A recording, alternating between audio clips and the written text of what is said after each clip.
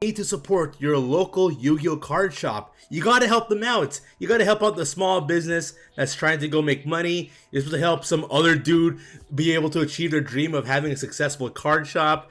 You gotta go and support them, give them money on overpriced Yu-Gi-Oh booster boxes. You spend 70 bucks on it only to go get like 20 bucks worth of cards.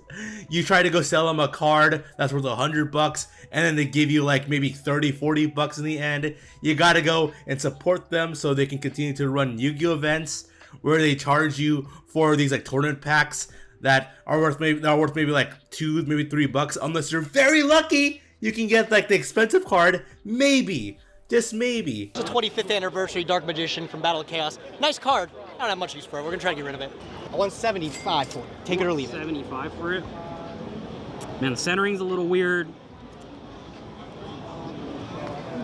Can you do 60? 60. 60 standard, man. 60. If someone provides to you poor service and then they're like, you gotta think from a content creator's perspective. No, I don't. Hey man, you gotta look at it from a business perspective. No, I don't. Like, you're selling overpriced cardboard. Don't pretend or act like you're doing something that's very respectable, okay? First edition Force of Breaker and an Astral Pack Necro Valley Ulti. They're so clean, you can eat off of them, Matt. I want Clean, 220. huh? I want Okay. 220. Take it or Clean. leave it. What are we looking at altogether? 190. 190? Yeah. I think you could do better than that. I said 220. That's a far ways off. Okay, come on. 191. 191. Come on. I am a firm believer that it doesn't matter if it is a big business or a small business. You don't need to respect the business if the business does not respect you. So, I went to a card shop one time and I had this Eldritch the Golden Lord secret rare. It was worth 140 bucks at the time. It was fresh out of the booster box. And so I was gonna go sell this card because I have no need, like I didn't want to go play Eldritch. So I go to the card shop and I tell them I want to sell this. Now I understand these vendors, okay? Then like if you've ever like gone into this shoe business where, and there's videos online about this, where like someone's gonna try to sell like a Jordan sneaker that is worth like 500 bucks and the vendor will buy it off them for around like $40, sometimes even $20. 200's a little high. These Kobe's, I mean, I'm a little under 100. I could do like 80 on them. I know he's gonna lowball me, so I'll sell it for 100 bucks. There, I'll go for 100 bucks. Maybe around like 95 bucks, 90 bucks here actually. And so I give him the card. And I said like, it's near mint condition, just came straight out of the pack just 3 days ago. What's your offer? I say 100 bucks, and then they said that they're gonna buy it off me for $40. $40 for a $140 card. They even then said, you know what? Not just 40 bucks, but you know what? You'll get $60 store credit instead if you choose that. So it's either 40 bucks cash or $60 in store credits. And I'm like, this is crazy here, man. Like, what is going on here? Then he responded like, I'm trying to make a business. But let's be honest, what's happening over here? Like, I am being scammed and I'm being lowballed. And this card shop here that we're supposed to support as like the underdog small business, they're lowballing their customer. They're trying to scam their customer here. And then they got booster boxes behind them that I know are worth like 60, 70 bucks. And if you open it, you're only gonna get like maybe 20 bucks back. But like, they sell it for like 90 bucks. They sell it for $110. They have some like old retro booster boxes, even just a couple years back actually, that's worth like 200 bucks for some reason. And I get it, collectors love this kind of stuff here, but this is cardboard.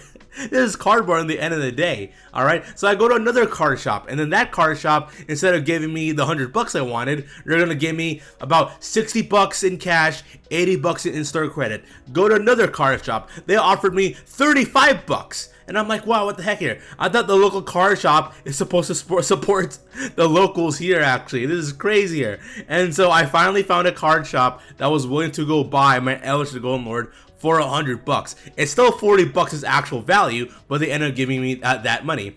But at the same time though, that same card shop, because I'm also into Digimon, I'm into the Digimon trading card game, and early on in Digimon, they were overpricing the heck out of these booster boxes way above their actual MSRP. It was cheaper to go buy Digimon products from Walmart than it was to actually buy Digimon products or even any Digimon product at all in these like local card shops here. Like there's structured boxes that were worth like around like $8 at a Walmart or Target, and then you see it at a local card shop and they're gonna gouge you for like $15 or $17.99. That's why I'm like really like weird about this. It's like, what is up with this? Why do people constantly keep telling me to go support my local card shop if the local card shop doesn't respect you?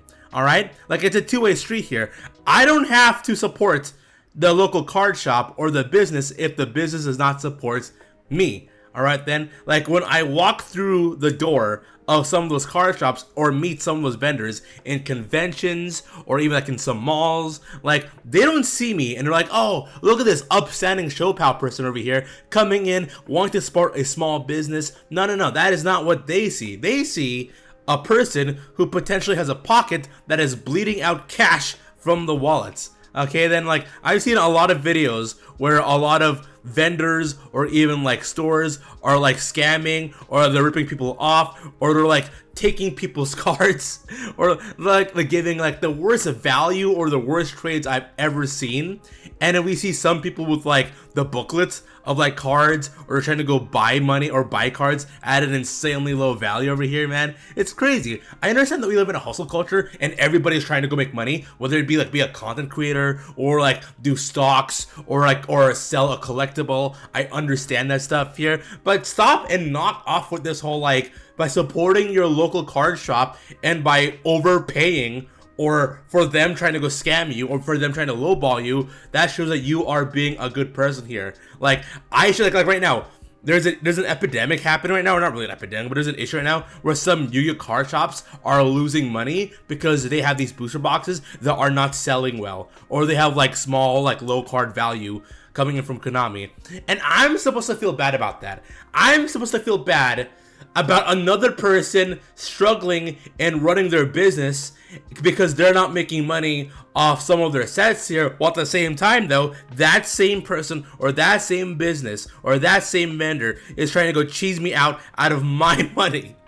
This is crazy. I hate it. You don't have to support the business if the business does not support you, all because you're not a big corporate business, all because the guy who's wanting to buy a card off you or is selling you something happens to be wearing an anime shirt or looks kind of like you, or is a dork, or is a weeb, or is into the same stuff that you like, does not mean that they themselves are not a sketchy person or the business itself does not respect you. And I think people should be a lot more aware of that. TCG Player exists. You can find better offers out there online, but then that card shop won't be able to go and have Yu-Gi-Oh tournaments. I don't run their business. All right, then you, the customer, you are not responsible for how a business operates. If a business is strong and it's good, and I've seen them, I've seen good card shops and I've seen bad card shops, okay, then you should not feel guilty, and it's not your obligation to make sure another man's business or another person's business ends up being successful. So you are not a bad person for not supporting a small local card shop.